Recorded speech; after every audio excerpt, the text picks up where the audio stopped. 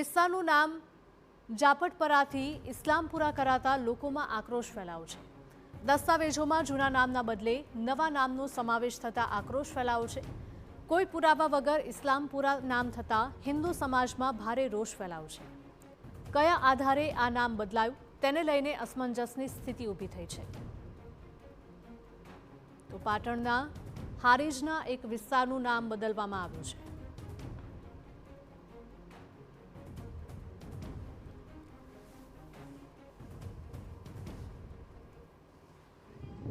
વર્ષોથી 50 વર્ષથી જાપટપર પણ અમારે કેવાયસી કરવા જાય આ માણસોએ અમારું કેવાયસી જાપટપર ન પાડ્યું એટલે અમારે તો જાપટપર જ રાખ્યું।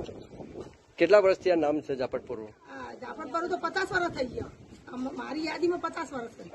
નવું નામ ક્યારથી દાખલ થયું? અમારા કેવાયસી કરવા જતા સાહેબ જબરજસ્તી તો આ કને આઈસ્મલ પર બાલના વસ્તીએ નામ પાડ્યું લાઈ બધાને ઇસ્લામપુર।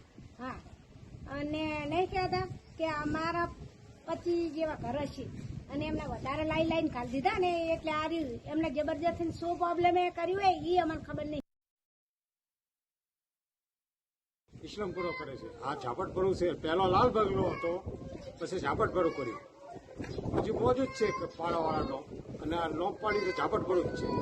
આનું નામ ઝાપટપરા હતું, હવે ઇસ્લામપરા નામ પાડ્યું છે બરોબર। એટલે મને લગ્ન કરે 35 વર્ષ 30 વર્ષ થયા તારનું ઝાપટપરા નામ હતું, હવે ઇસ્લામપરા પાડ્યું। એટલે આ આધાર કાર્ડમાં કંટ્રોલના કાર્ડમાં ઝાપટપરા નામ આવે છે, પણ શા કારણે આવી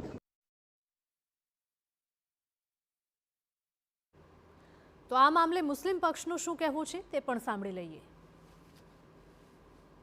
આ વિસ્તારનું નામ શરૂઆતથી જાપટપરા જ છે અને આવનાર સમયમાં પણ જાપટપરા વિસ્તાર જ રહેશે।